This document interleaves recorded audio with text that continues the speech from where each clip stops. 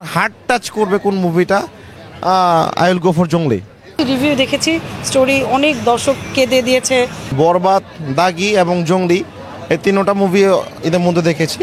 তো আজকে জংলিটা দেখার পরে মনে হলো এই তিনটা মুভির মধ্যে জংলি মুভিটা বেস্ট। এবং লাস্ট 15-20 মিনিট আপনার চোখে পানি আসবে এবং এই পানি বের করতে বাধ্য। আমার সিয়াম এবং বুবলিকে আমার খুব ভালো লাগে। গুড প্যারেন্টিংটা মানে বাচ্চাদের সাথে মায়েদের বাবাদের যে সম্পর্ক, এটা আমরা কতটুকু বিল্ড আপ করতে পারছি, বাচ্চাদেরকে কতটুকু সময় দিচ্ছি।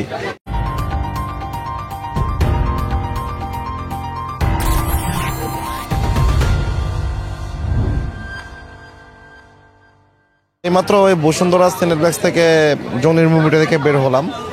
আসলে ঈদের বরবাদ, দাগি এবং জংলি এই তিনটা মুভি ঈদের মধ্যে দেখেছি। তো আজকে জংলিটা দেখার পরে মনে হলো এই তিনটা মুভির মধ্যে জংলি মুভিটা বেস্ট আমার কাছে লেগেছে। কারণ মুভির স্টোরি, মুভির প্রত্যেকটা চরিত্র এবং যার যার জায়গা থেকে খুব দারুণ অভিনয় করেছেন।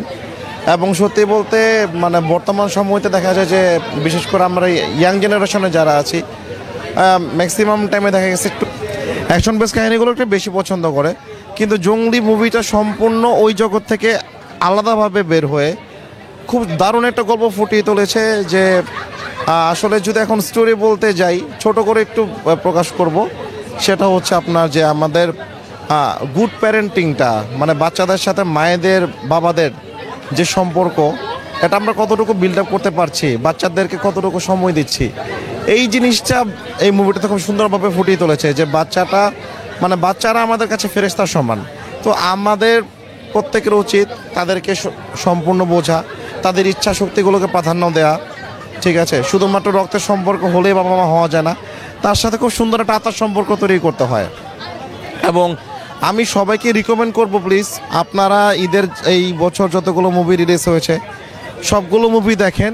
এবং এই চলচ্চিত্র আমাদের বাংলাদেশের জন্য খুব বড় একটা সম্পদ, কিন্তু সবগুলোর পরে জংলিটা অবশ্যই দেখেন। আমি রিকমেন্ড করব এবং রিকোয়েস্ট করব যে দেখলে অনেক কিছু বোঝার আছে। এবং সত্যি বলতে যে আপনার ছবির লাস্ট মোমেন্টামে এবং লাস্ট 15-20 মিনিট আপনার চোখে পানি আসবে এবং এই পানি বের করতে বাধ্য। আসলে আর কিছু বলতে যাচ্ছি না। এবং আমি সত্যি কথা বলতে নিজেও খুব ইমোশনাল হয়ে যাচ্ছি মুভিটা দেখে বের হওয়ার পরে।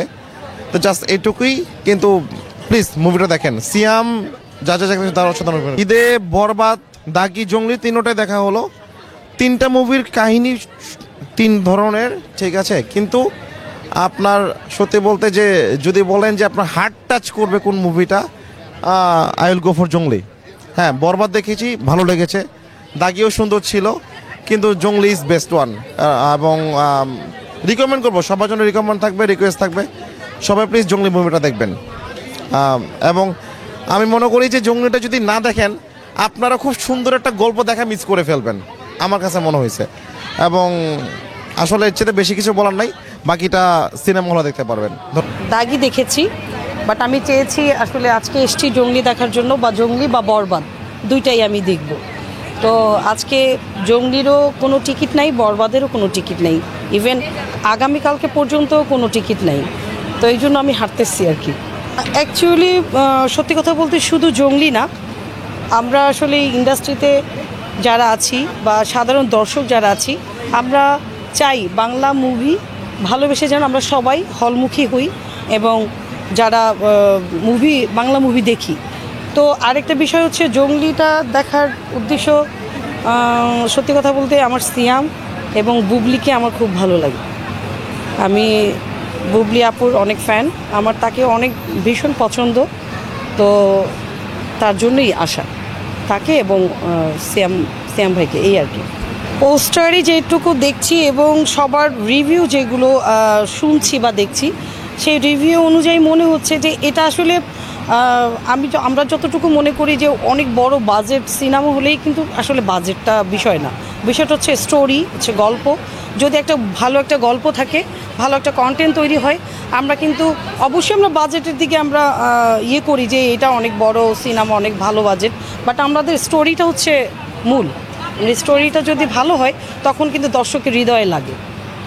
তো এটার জন্য আমি দেখেছি, রিভিউ দেখেছি, স্টোরি অনেক দর্শক কেঁদে দিয়েছে বা তাদের অনেক মানে রিভিউ ছিল যে অনেক ভালো হয়েছে, জঙ্গলি থেকে একটা মানুষের ভালোবাসা কিভাবে, মানে এইটাই আসলে দেখার ছিল, এই জন্যই আসছি। তো আজকেও টিকিট নাই, কালকেও নাই, তো দেখি পরশু দিনের টিকিট যদি কাটতে পারি হয়তো কেটে যাব আজকে।